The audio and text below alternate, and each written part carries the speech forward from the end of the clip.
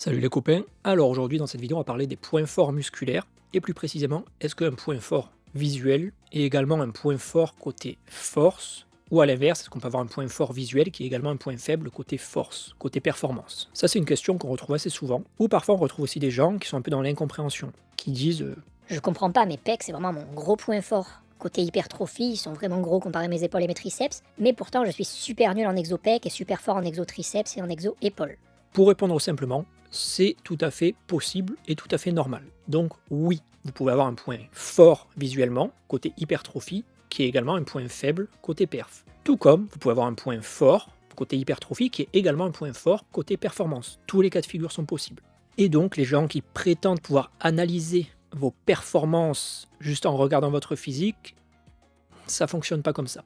Moi personnellement, je me suis déjà amusé à faire analyser mon physique par des pseudo-gens qui étaient capables de faire ça. Bah c'est marrant, ils se sont complètement foirés sur les performances que j'étais censé avoir sur différents exos. Donc il y avait des exos où ils me disaient fort où j'étais faible, et il y avait des exos où ils me disaient faible où j'étais fort. Par exemple, si on regarde mes leviers, ma morpho-anatomie, mes insertions et tout le blabla, bah, tout le monde dit que je suis censé être faible côté biceps. Pas de chance, c'est là où je suis le plus fort. Pourquoi? Parce que c'est multifactoriel et beaucoup plus compliqué que ça. Du coup, si par exemple vous avez un point fort épaule visuellement et que vous êtes très faible des épaules comparé au pec et compagnie, pas d'inquiétude, rien d'anormal.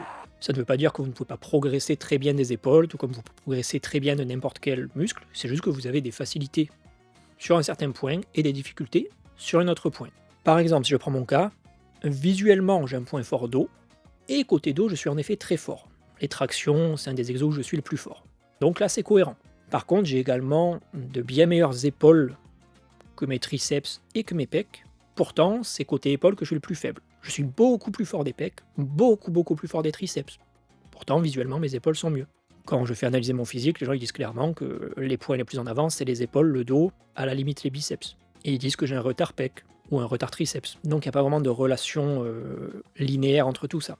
Si sur un point faible ou un point fort, vous prenez de la masse, vous prenez en hypertrophie, oui, votre potentiel de force augmente. Mais c'est plus le ratio entre votre force et votre hypertrophie qui ne sera pas le même pour tous les muscles, pour toutes les zones. En notre exemple, on peut prendre par exemple la fumée, un des autres pratiquants de la méthode, qui lui, à l'inverse, il a des énormes triceps, un très gros point fort triceps, et à côté de ça, ses pecs sont un peu en retard comparé aux triceps. Pourtant, il est beaucoup plus fort sur les exo-pecs que sur les exo-triceps. Donc je sais qu'en exo-pec, il m'atomise, alors qu'en exo-triceps, je suis bien meilleur, en relatif évidemment, vu qu'il est plus lourd que moi, mais pourtant visuellement on aurait tendance à dire l'inverse. On aurait tendance à dire que c'est lui qui va être beaucoup plus fort que moi côté triceps, et moi qui va être beaucoup plus fort peut-être côté épaule.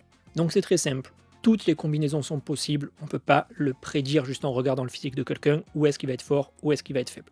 Un point faible visuel peut être un point fort perf ou un point faible perf, et un point fort visuel peut être un point faible ou un point fort perf également.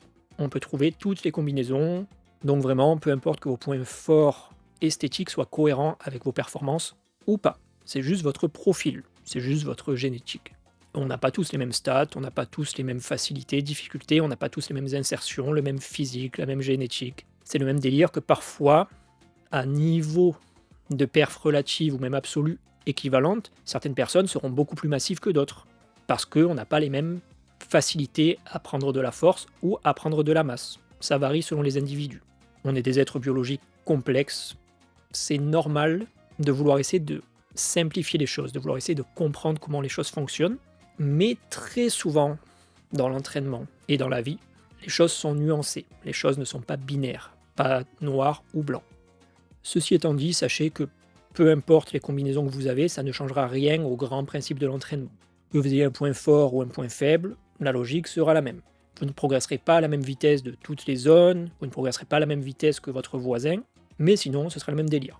Vous pourrez mettre plus ou moins le focus sur certaines zones faibles ou fortes selon vos besoins, selon vos envies, mais sinon à part ça, ne vous cassez pas la tête avec votre entraînement, ne vous inquiétez pas si votre point fort visuel a des perfs qui ne sont pas cohérentes. Ce n'est pas important, ce n'est pas problématique, ça ne change rien à votre entraînement long terme. Voilà, c'est tout pour cette petite vidéo assez simple. Pas très utile dans l'application à l'entraînement, mais c'est toujours bon à savoir. Surtout à cette époque où tout le monde est matrixé, tout le monde s'inquiète de ne pas avoir exactement les mêmes facilités, les mêmes insertions, les mêmes points forts que les influenceurs chargés Goldgen des réseaux.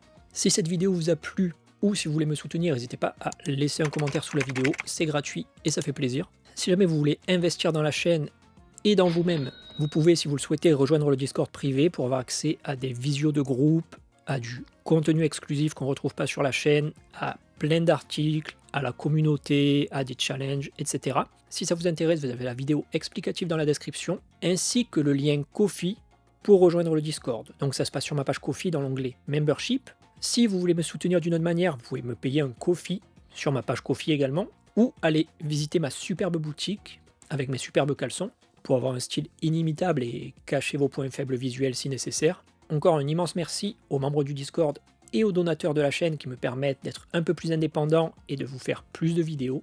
Et enfin, si vous avez d'autres questions, des demandes ou si vous voulez travailler avec moi, n'hésitez pas à m'envoyer un message sur Instagram. Et sur ce, je vous dis à plus.